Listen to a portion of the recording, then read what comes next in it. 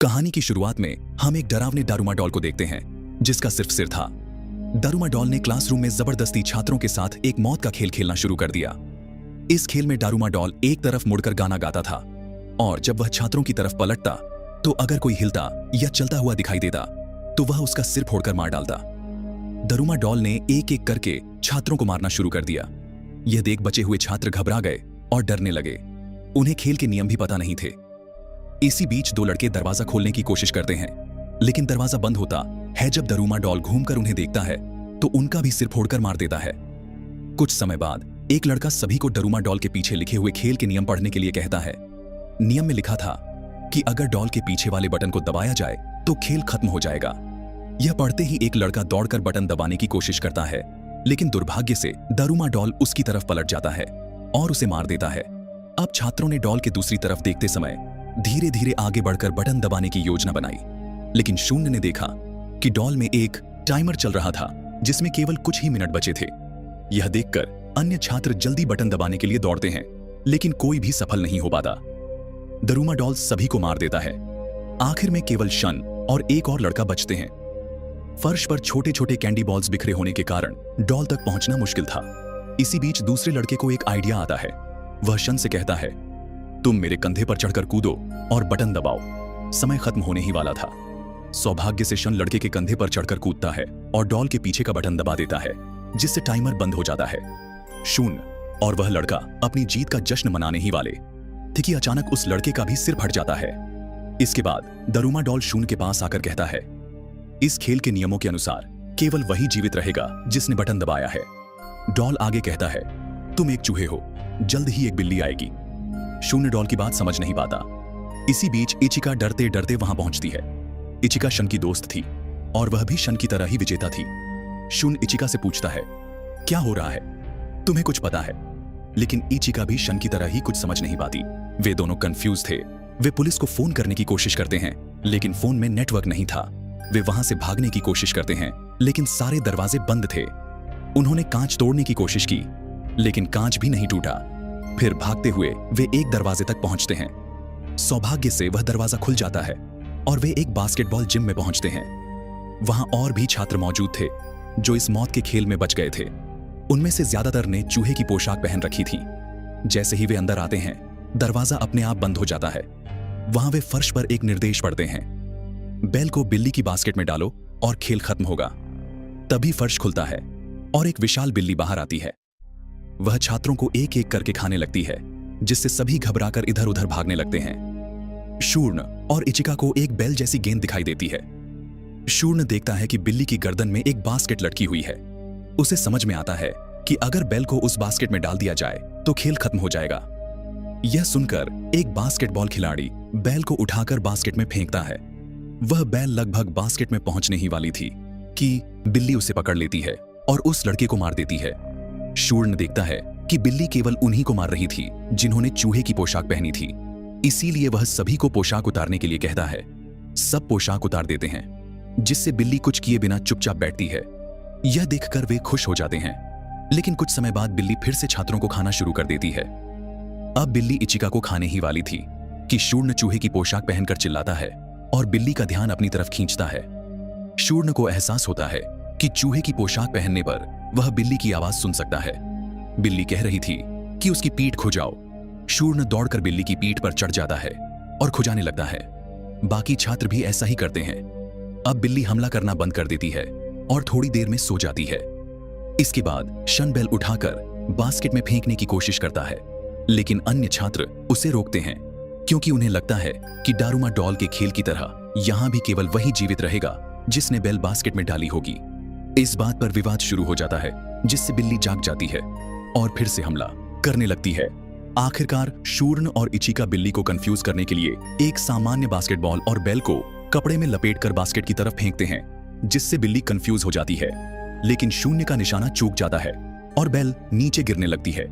इसी समय अचानक अमाया हीरो की तरह प्रकट होता है और बेल को पकड़कर बास्केट में डाल देता है, जिससे खेल खत्म हो जाता है। अब बिल्ली शूर्ण, इचिका और अमाया को विजेता घोषित करती है। शूर्ण बिल्ली से पूछता है, बाकी लोग कहां गए? लेकिन तभी अमाया बाकी छात्रों को मार देता है और कहता है, यह खेल भगवान का बनाया हुआ खेल है। इस खेल में वही जीवित रहेगा जो शक्तिशाली होगा। यही भगवान की इच्छा है। तभी बिल्ली के मुंह से गैस निकलती है जिससे तीनों बेहोश हो जाते हैं। इसी बीच बाहर का दृश्य दिखाया जाता है जहां एक बड़ा क्यूब शहरों के ऊपर उड़ रहा होता है और मीडिया इसे लाइव कवर कर रही होती है। पुलिस इस क्यूब में प्रवेश करने का रास्ता ढूंढने की बहुत कोशिश करती है लेकिन असफल रहती है। दूसरी ओर शूर्ण होश में आता है और पाता है कि वह अलग कपड़ों में है। उसके सामने उसका बचपन का दोस्त ताकुमी और 2 अन्य लोग खड़े होते हैं। तभी वे स्क्रीन पर एक संदेश देखते हैं, चाबी ढूंढो और उसकी मदद से बाहर निकलो। फिर 4 गुड़ियां वहां आती हैं और अपना परिचय देकर खेल के नियम बताती हैं। वे कहती हैं, तुम्हें बारी बारी से आंखों पर पट्टी बांधकर एक जगह बैठना होगा। हम गाना गाते हुए तुम्हारे आसपास घूमेंगे और जब हम गाना बंद करेंगे तो तुम्हें 10 सेकंड के अंदर यह बताना होगा कि तुम्हारे पीछे कौन है।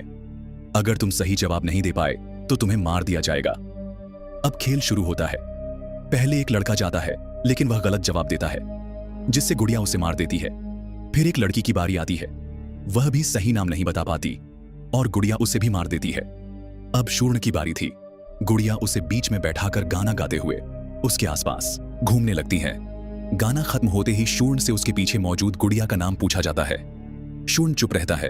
तभी एक आवाज आती है, टाइम अप।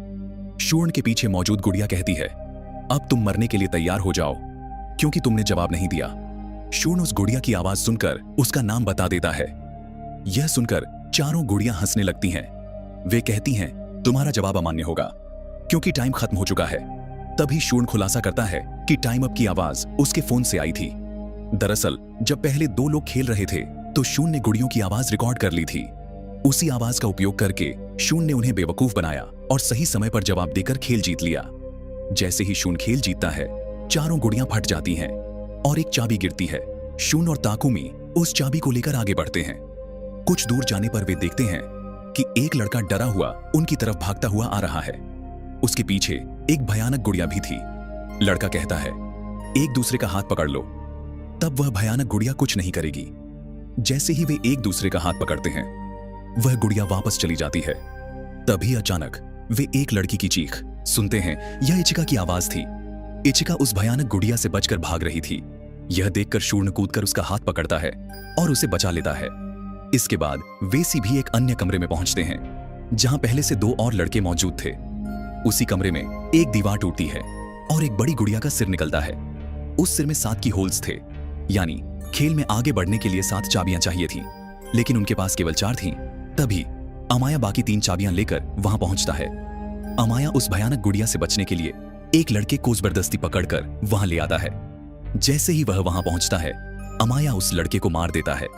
अब वे 7 की होल्स में चाबी डालकर एक साथ घुमाते हैं।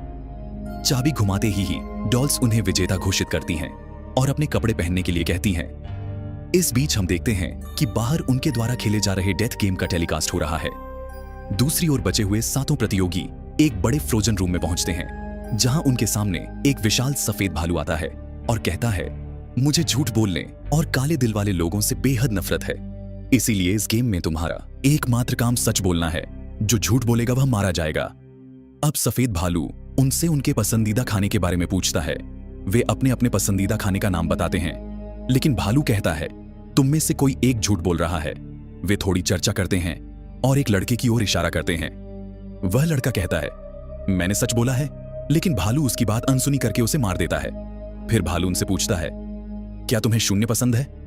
कुछ लोग कहते हैं हां और कुछ कहते हैं नहीं, लेकिन भालू फिर कहता है, तुम में से कोई झूठ बोल रहा है। शूर्ण पसंद है कहने वालों में ताकुमी भी थी, लेकिन शूर्ण और इचिका को छोड़कर बाकी सभी कहते हैं कि ताकुमी झूठ बोल रही है।